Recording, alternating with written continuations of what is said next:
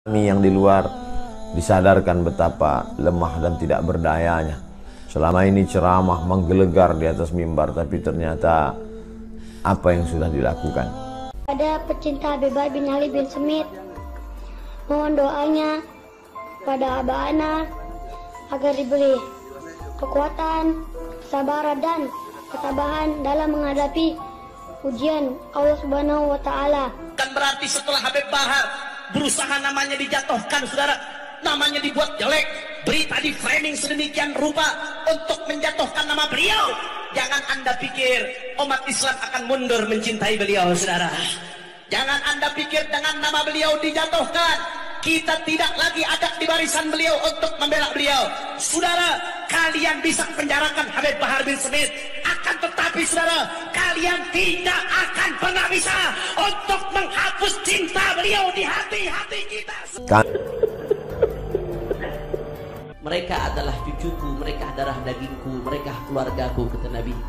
Khuliqu min tinati, mereka diciptakan dari tanah di mana aku diciptakan, kata Rasulullah.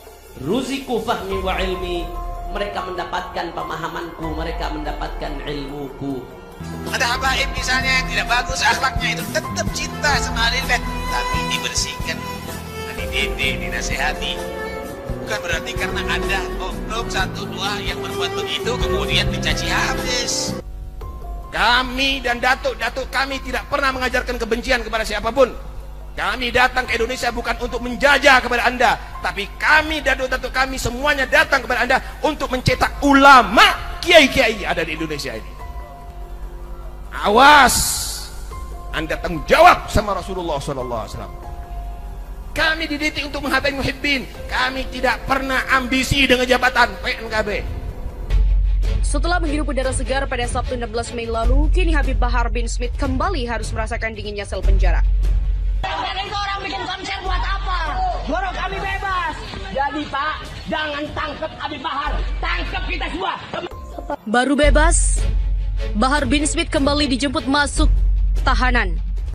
Buka hati mereka, ya Allah. Ajak mereka ke jalan yang benar. Baru bebas, Bahar bin Smith kembali dijemput masuk tahanan.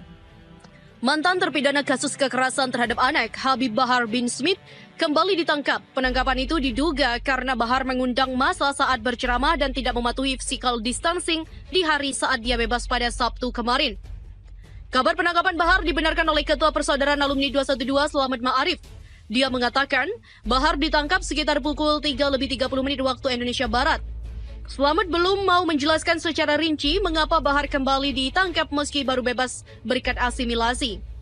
Imam Front Pembela Islam FPI DKI Jakarta Habib Muhsin Alatas sempat mengunggah status berisi pesan singkat dari Bahar ihwal penangkapannya. Bahar mengaku menulis pesan itu saat dalam perjalanan menuju lapas. Dalam pesan singkat, Bahar mengaku dijemput pada pukul 2 waktu Indonesia Barat untuk kembali masuk tahanan. Dia tidak dibawa ke lapas Pondok Rajek Cibinong, tempat sebelumnya ia menjalani masa hukuman, melainkan ke lapas Gunung Sindur. Pihak Kementerian Hukum dan Hak Asasi Manusia atau Kemenkumham belum memberikan pernyataan terkait hal ini. Diketahui Bahar bin Smith bebas dari lapas Pondok Rajek pada Sabtu kemarin. Dia bebas dari tahanan dijemput oleh pengacara Aziz Yanuar dan Ketua PA 212 Slamet Ma'arif dan beberapa orang lainnya. Bahar langsung menuju kediamannya di Pondok Pesantren Tajul Aliwiyin, kawasan Kampung Kemang, Kecamatan Kemang, Kabupaten Bogor, Jawa Barat. Kedatangannya disambut banyak orang, terutama para santri yang selama ini menuntut ilmu di pondok pesantrennya. Mereka yang menyambut Bahar tidak mematuhi imbauan physical distancing di tengah pandemi virus corona. Tidak ada yang menjaga jarak satu sama lain. Bahar lalu mendapatkan peringatan dari petugas pemasyarakatan karena langsung menggelar kegiatan di Pondok Pesantren Tajul Alawiyin, Kemang, Kabupaten Bogor, setelah bebas bersyarat lewat program asimilasi. Menurutnya hal itu melanggar pembatasan sosial berskala besar atau PSBB.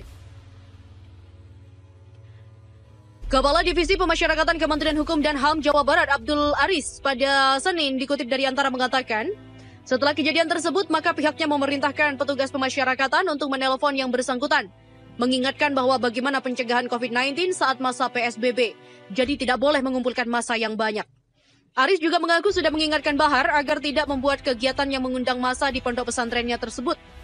Selain itu, Bahar juga diminta untuk menghimbau para jamaahnya agar turut membantu pencegahan COVID-19. Namun pada malam harinya, Bahar justru menggelar kegiatan yang mengundang banyak orang. Dia menyampaikan ceramah, jumlah orang yang datang jauh lebih banyak. Mereka pun tidak menjaga jarak satu sama lain. Dahulu Bahar menjalani hukuman penjara berdasarkan vonis 3 tahun penjara dan denda 50 juta subsidi 1 bulan kurungan oleh Pengadilan Negeri Bandung. Bahar dinyatakan bersalah dalam kasus penganiayaan terhadap 2 remaja. Nabi SAW bersabda, Innama ana mru'un magbud yushiku ayyatiya rasulu rabbi faujibu wa ana tarikun fikum astaqalain ma in tamassaktum bihima lan tadillu ba'di abada. Aku ini adalah seorang manusia biasa yang bentar lagi aku mati.